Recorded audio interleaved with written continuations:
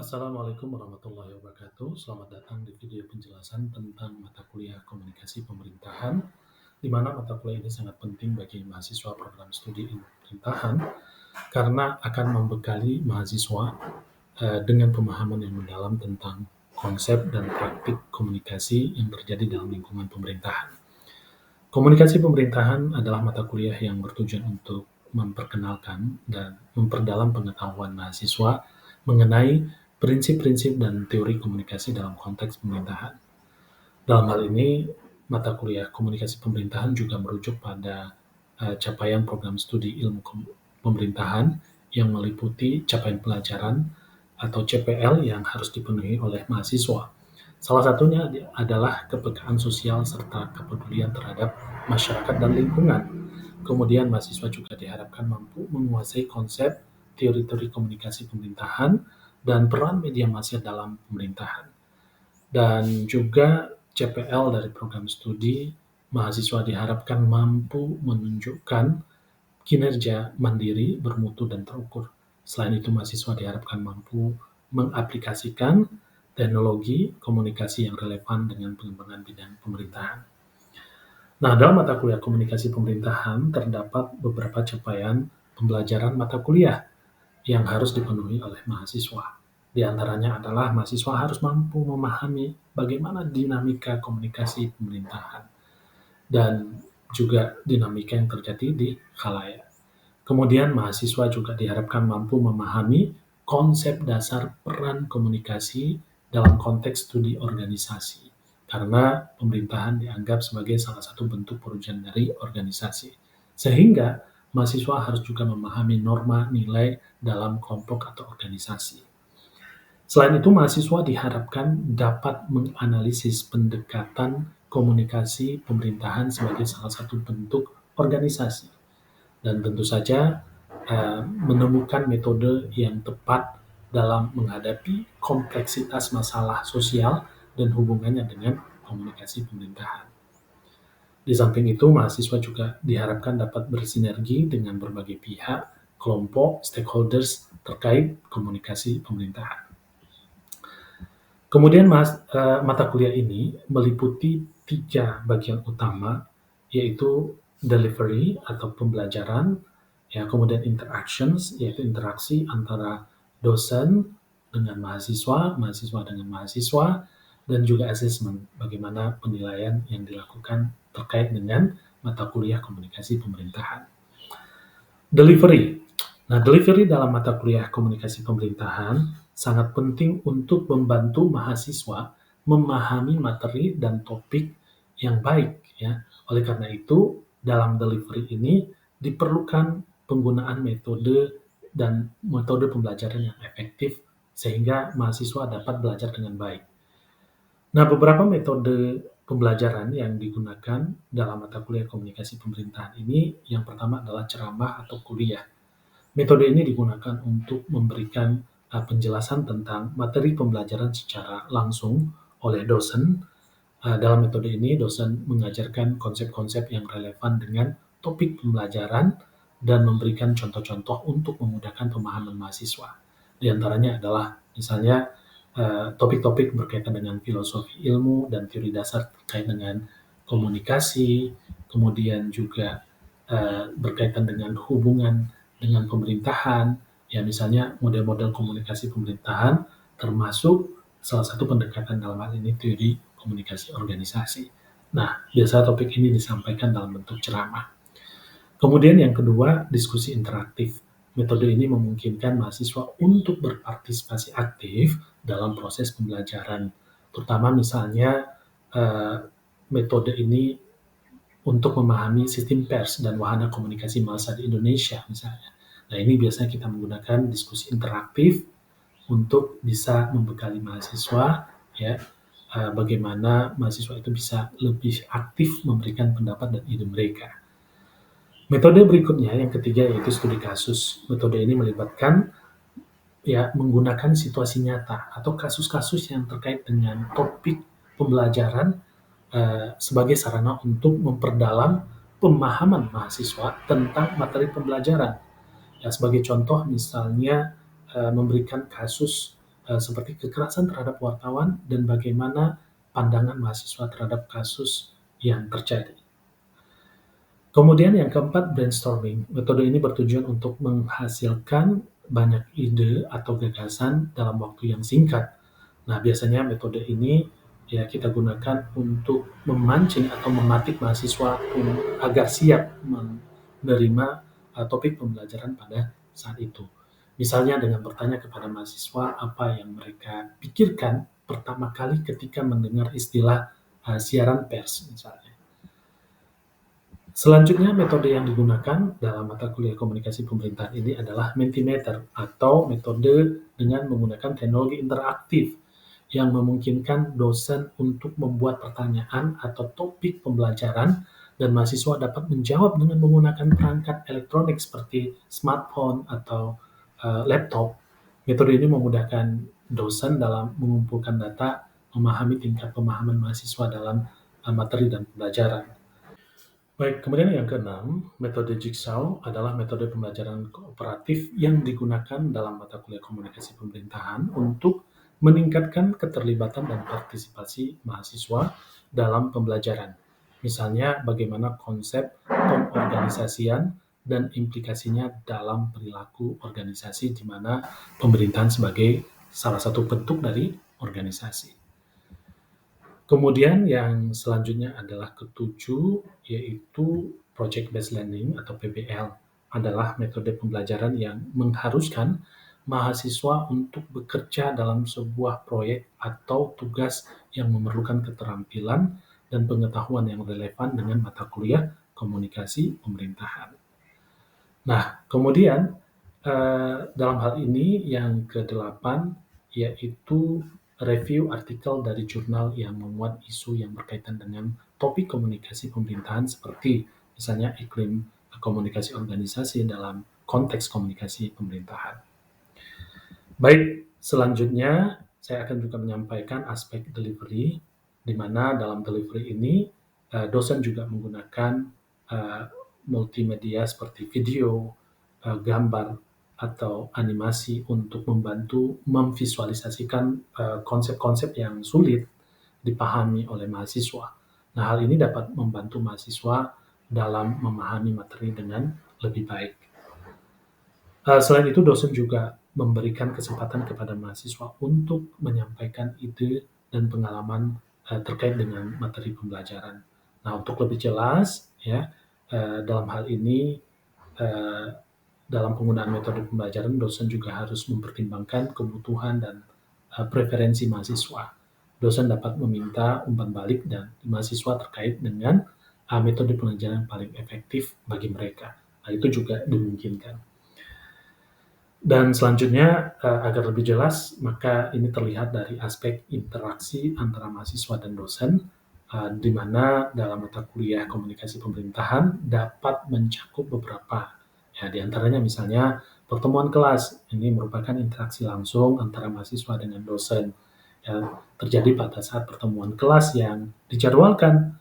Dalam interaksi ini dosen dapat memberikan penjelasan tentang materi kuliah secara langsung dan juga memberikan kesempatan kepada mahasiswa untuk dapat memberikan feedback dari ya mungkin pertanyaan-pertanyaan baik dalam bentuk pertanyaan dalam upaya menstimulasi maupun pertanyaan yang memang datang dari mahasiswa. Kemudian konsultasi, mahasiswa juga dapat mengadakan konsultasi dengan dosen untuk membahas permasalahan yang berkaitan dengan materi kuliah atau tugas yang diberikan. Ya, sebagai contoh untuk metode Jigsaw dan PBL biasanya memerlukan penjelasan yang lebih rinci sehingga terkadang mahasiswa perlu melakukan konsultasi. Di samping itu diskusi, ini biasanya kita lakukan di dalam kelas. Mahasiswa juga dapat berdiskusi dengan dosen, bahkan dengan rekan sekelasnya.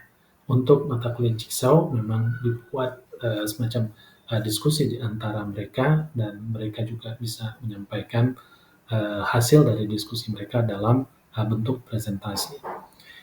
Kemudian tugas kelompok. Nah, tugas kelompok ini bisa diberikan juga dalam interaksi atau antara dosen dengan mahasiswa. Nah, biasanya dibagi dalam beberapa kelompok sehingga hal itu memberikan kesempatan kepada mahasiswa untuk dapat berkomunikasi. Kemudian yang terakhir, aspek asesmen dalam mata kuliah komunikasi pemerintahan ini mencakup metode penilaian untuk mengukur pemahaman dan kemampuan mahasiswa dalam mempelajari materi dalam topik mata kuliah komunikasi pemerintahan. Di antara beberapa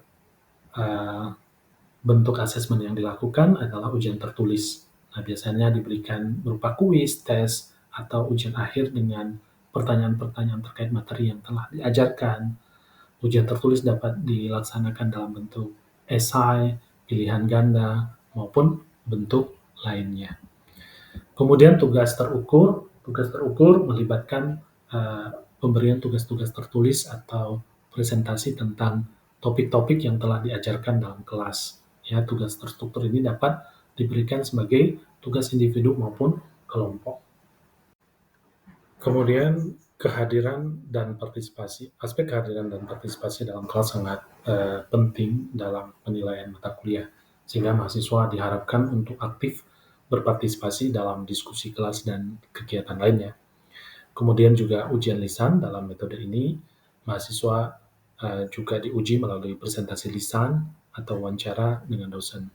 Ujian lisan dapat dilakukan secara individu atau kelompok.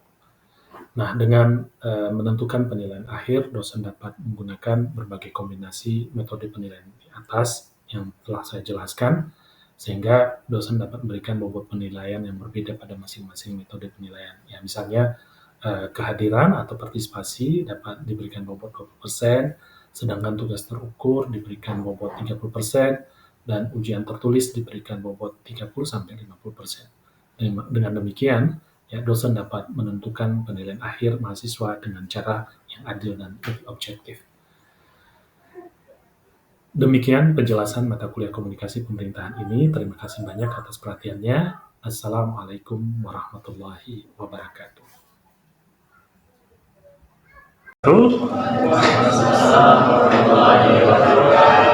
Ya, selamat siang rekan-rekan mahasiswa semuanya. Alhamdulillah hari ini kita bisa lanjut untuk mata kuliah komunikasi pemerintahan, dan pada hari ini adalah pertemuan kelima, di mana topik yang akan kita bahas adalah sistem komunikasi dan sistem pers dalam konteks pemerintah Indonesia. Oke, pada hari ini kita akan membahas beberapa hal dari topik yang tadi.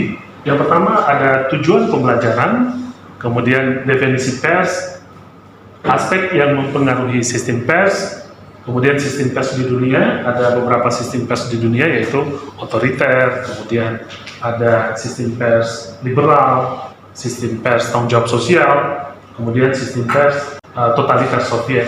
Dan yang terakhir kita akan melihat bagaimana sejarah pers yang ada di Indonesia. Nah, tujuan pembelajaran kita ada beberapa hal yang diharapkan bisa dikuasai oleh mahasiswa. Yang pertama, mahasiswa itu dapat memahami konsep dari sistem pers dan bagaimana wahana komunikasi massa pers ini bisa dipahami secara komprehensif.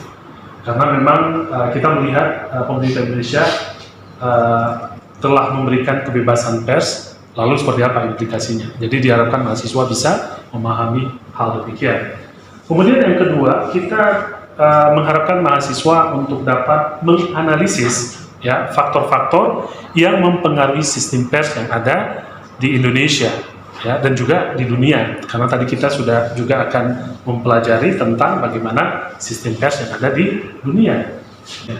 Nah, selanjutnya sebelum kita memulai membahas bagaimana sistem pers yang ada di Indonesia, silakan masing-masing mahasiswa mengakses Mentimeter ya. Misalkan klik di browsernya itu menti.com, kemudian masukkan kode, atau mahasiswa juga bisa menggunakan barcode yang sudah disediakan. Nah, sekarang silakan mengakses menti.com, kemudian gunakan kode yang ada, dan di situ ada pilihan. Mahasiswa semuanya sudah mengisi, dan kalian lihat di sini kita sudah tersajikan beberapa kata yang kalian pilih. Ya, dari 5, masing-masing individu itu 5 kata yang saya minta, dan terlihat ada beberapa kata yang terlihat sangat menonjol ya. Nah, sekarang kita coba melihat kata pertama yang paling besar apa? Wawancara, paling tengah wawancara. Oke, siapa yang tadi menuliskan wawancara? Ya, ada, wah, laki-laki di belakang semua. Oke, selanjutnya kalau kita lihat kata berikutnya adalah informasi dan wartawan. Nah, pasti di antara kalian sudah memilih kata informasi dan wartawan. Nah, mungkin ada yang memberikan pendapat, siapa yang mau menjelaskan salah satu di antara dua kata ini? Ya, silakan. Terima kasih Pak. Tadi saya memilih kata informasi. Mengapa saya memilih informasi? Karena tentunya wartawan ketika ingin meliput berita atau mewawancara seseorang, tentunya mereka membutuhkan informasi. Dan mereka tidak mungkin mewawancara seseorang kalau tidak membutuhkan informasi. Nah, informasi yang mereka dapatlah nanti akan disebarkan ke publik dan jadi berita yang akan dikonsumsi oleh publik. Nah, makanya dari informasi itu wartawan itu harus mendapatkan informasi yang sebenar-benarnya. Jadi informasi ini penting karena nanti akan dikonsumsi oleh banyak orang atau banyak publik. Oke, baik, terima kasih, luar biasa jawabannya, bahwa benar ya, informasi itu menjadi bahan baku dari wartawan yang akan kemudian diakses oleh publik dalam bentuk berita. Oke, luar biasa. Setelah kita membahas terkait bagaimana pandangan pertama kali, apa yang terbayang atau terpikirkan ketika mendengar kata pers, selanjutnya kita akan mencoba melihat ke slide berikutnya, bagaimana pendapat Anda terhadap berita. Nah, beritanya ada dilihat di HP masing-masing. Nah, silakan masuk kembali ke menti.com, kemudian gunakan kode yang sudah diberikan. Silakan, kita mau melihat. Kalau sudah selesai, nanti tinggal di submit. Saya melihat dari beberapa yang sudah masuk ini ada satu jawaban, kita coba lihat yang di sini. Katanya menurut saya ini adalah bentuk arogansi oknum kepolisian yang tidak memahami nilai-nilai kebebasan pers. Nah, siapa yang menulis ini? Ya, silakan, Fani. Terima kasih. Memang dari berita yang tadi ada, saya melihat bahwasannya adalah sebuah bentuk arogansi, Pak, dari oknum kepolisian. Dan dalam hal ini memang dia melanggar nilai-nilai yang ada dalam perlindungan pers tersebut. Dan baru-baru ini kita melihat bahwasanya kejadian ini terulang lagi. Memang bukan tentang pers, tapi tentang arogansi sebuah oknum aparat di Aceh Utara yang menggunakan sesuatu yang ada pada dirinya, yaitu senjata, untuk menakuti masyarakat, ingin menembak masyarakat. Ini kan sebuah hal yang memang tidak layak dilakukan oleh oknum berseragam. Saya kira demikian, Pak. Berarti menurut Fahmi itu tidak boleh dilakukan. Ya. Tapi kenyataannya menurut kalian, pengalaman kalian, apakah banyak dilakukan oleh oknum aparat untuk menakut-nakuti, ya mungkin bukan saja wartawan, tetapi juga masyarakat mungkin? Ada tidak? Banyak gimana? Ya, karena mungkin mereka merasa hebat dengan jabatan mereka. Jadi ya masyarakat ini kan orang biasa. Jadi kalau misalnya oknum polisi ini udah punya jabatan terus bawa senjata, jadi kan masyarakat ini takut. Nah, jadi mereka ya santai aja untuk menakut-nakuti masyarakat karena ya itu tadi Pak, adanya rasa saya punya pangkat nih gitu. Ingin show force ya, menunjukkan bahwa dia punya kekuasaan gitu ya. Iya. Oke. Dan itu menurut kalian tidak baik, apalagi dilakukan kepada pers yang memang tugasnya meliput berita, begitu ya kira-kira. Oke. Untuk lebih jelas, kita di Indonesia itu sudah memiliki Undang-Undang Nomor 40 Tahun 1999 yang menjelaskan tentang pers. Apa itu pers? Pers itu adalah lembaga sosial dan wahana komunikasi massa. Jadi mungkin dari definisi yang terdapat di dalam undang-undang ini akan memberikan pemahaman yang lebih komprehensif kepada kita bagaimana seharusnya kita memahami tentang pers. Jadi pers itu didefinisikan sebagai lembaga sosial dan wahana komunikasi massa yang melaksanakan tugas jurnalistik.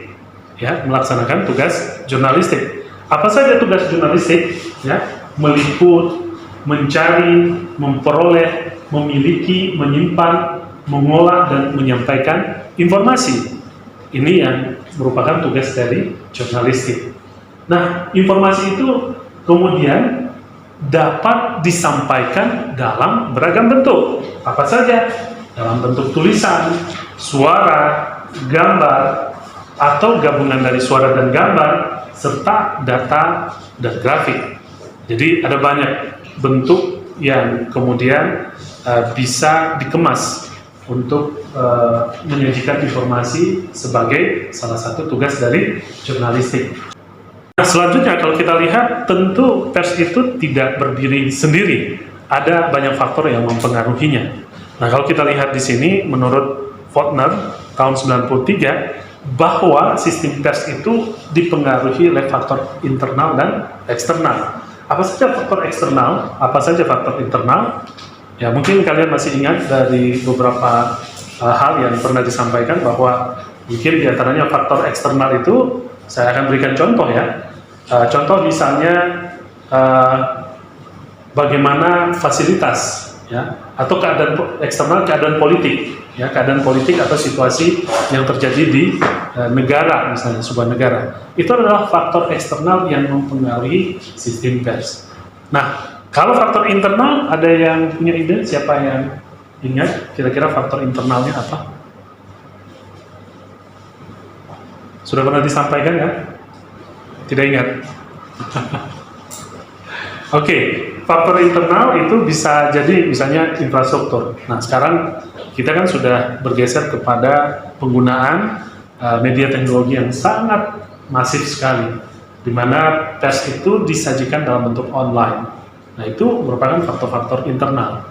Sehingga ada banyak perusahaan-perusahaan pers kemudian harus gulung tikar karena dia tidak bisa bersaing dengan adanya kemajuan teknologi. Jadi yang hanya mengandalkan teknologi yang sangat konvensional seperti menyajikan berita kepada masyarakat dalam bentuk cetak, maka tren masyarakat untuk mengakses informasi saat ini lebih banyak menggunakan media online. Nah, selanjutnya kita akan membahas tentang berbagai sistem pers yang ada di dunia. Nah, dalam hal ini, sistem pers yang ada di dunia ini dibagi menjadi 4. Yang pertama, sistem pers otoriter. Ini dijalankan sebagai alat pemerintah. Nah, kalau kita lihat di gambar, nah, mungkin kalian akan sangat tahu dan familiar dengan gambar yang saya sajikan depan. Nah, mungkin ada yang tahu gambar apa? Lokasinya di mana? Korea Utara. Nah, bagaimana kondisi di Korea Utara pada saat ini? Atau pada saat sekarang ini terkait dengan sistem pers? Apakah mereka bebas untuk memberikan pendapat? Tidak. Kenapa? Karena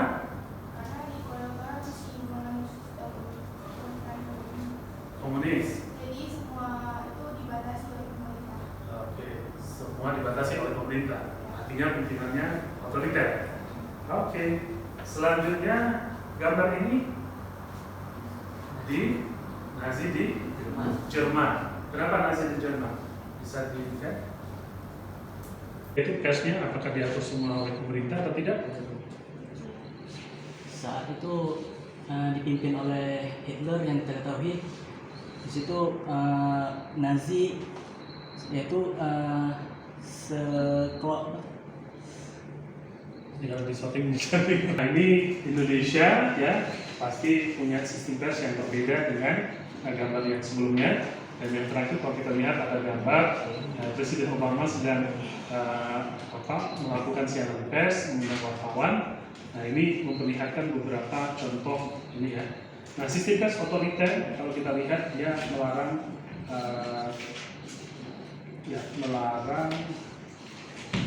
kebebasan pers ya, karena terdapat hak khusus, lisensi dan sensor langsung. Baik, selanjutnya kita akan memahami bagaimana sistem pers yang ada di Indonesia. Nah, agar bisa memahami sistem pers yang ada di Indonesia dari masa sebelum kemerdekaan, saat kemerdekaan, kemudian mempertahankan kemerdekaan, zaman Orde Baru sampai kemudian zaman reformasi. Nah, ini bisa kita lihat dalam tayangan video ini. Ya, ini ditayangkan di TV One. Silakan kita lihat video berikutnya.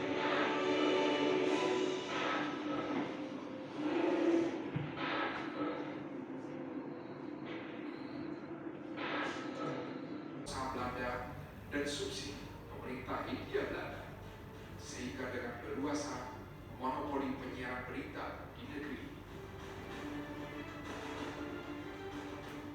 Beberapa pemuda bertemu dan sepakat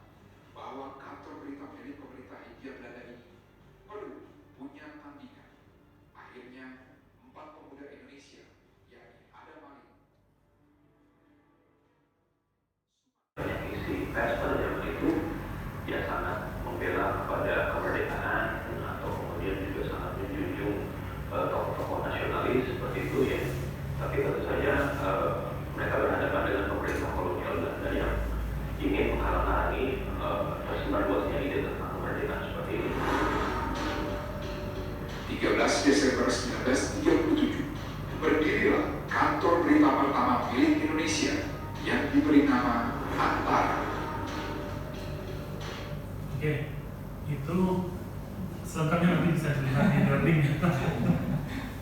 Menarik sih sebenarnya kalau kita lihat bagaimana perkembangan secara pers di Indonesia. Saya pertama kali oleh Hindia Belanda, ya kan, bahasa informasi. Tetapi tujuan dari pemerintah Hindia Belanda pada saat itu dalam rangka memastikan menguasai Indonesia. Kemudian ada beberapa orang di antara tokoh pejuang Indonesia menyadari bahwa perlu kita menggunakan saluran pers ini sebagai bentuk perjuangan agar kita memperoleh kemerdekaan. Sehingga dari proses tersebut lahirlah ya media pers, wahana pers pertama Indonesia itu disebut dengan Antara. Cukup familiar kita ya bahwa kantor berita Indonesia apa? Antara. Jadi itu situs sejarahnya. Jadi sebelum kemerdekaan. Dari mata kuliah kita hari ini, topik kita, saya menyampaikannya dari beberapa referensi dan saya pikir dan menyarankan kepada kalian untuk bisa membaca lebih detail beberapa referensi yang relevan dengan topik kita pada hari ini. Jadi bisa nanti diakses dan beberapa referensi juga saya akan sematkan atau unggah di e-learning. Mahasiswa semuanya, ada yang mau bertanya atau memberikan pendapat? Izin bertanya Pak. Ya silakan. Jadi di sini tuh terkait dengan tentang undang-undang perlindungan wartawan. Jadi dulu tuh sempat ada kasus pembunuhan munir, yaitu wartawan yang meliput tentang demo tentang yang di tahun 1999 Pak. Ya. Jadi gimana tentang hukum dari perlindungan wartawan di Indonesia tuh udah terbilang cukup bagus atau enggak mengenai, karena soal pembunuhan itu sampai sekarang tuh kasusnya belum diselesaikan dan pelakunya juga belum ditemukan. Iya. Baik, luar biasa. Siapa nama tadi? Cindy Fatika Sari. Pertanyaan dari Cindy terkait dengan ya, kalau kita lihat tadi saya sudah menjelaskan sejarah dari bagaimana pers di Indonesia masa sebelum kemerdekaan, kemudian baik kemerdekaan, memperjuangkan kemerdekaan, kemudian masa Orde Baru, lalu kita punya masa reformasi. Nah ternyata kasus Munir setelah reformasi dan kita lihat masih. Selanjutnya di akhir sesi ini sebagai bahan pembelajaran lebih lanjut, ya, belajar lebih lanjut di rumah, kita akan memberikan tugas dan melaksanakan tugas ini. Itu tugasnya ada dua. Ya, sebutkan faktor-faktor yang mempengaruhi sistem pers yang ada di Indonesia dan bagaimana faktor-faktor tersebut mempengaruhi perkembangan pers yang ada di Indonesia. Nah ini dibuat, kemudian dijawab dalam bentuk narasi, ya, kemudian disebutkan juga referensinya nanti. Kemudian yang kedua, kalau kita lihat ya dari tugas ini, apa peran dan kewenangan pemerintah dalam mengontrol sistem pers yang ada di Indonesia. Lalu kalian bisa membahasnya bagaimana pengaruh terkait dengan kebebasan pers dan tanggung jawab sosial media yang ada di Indonesia. Nah, dua ini cukup menarik sebenarnya untuk dilihat dan dipelajari. Nah, nanti disajikan dalam bentuk narasi deskripsi. Dan itu dikumpulkan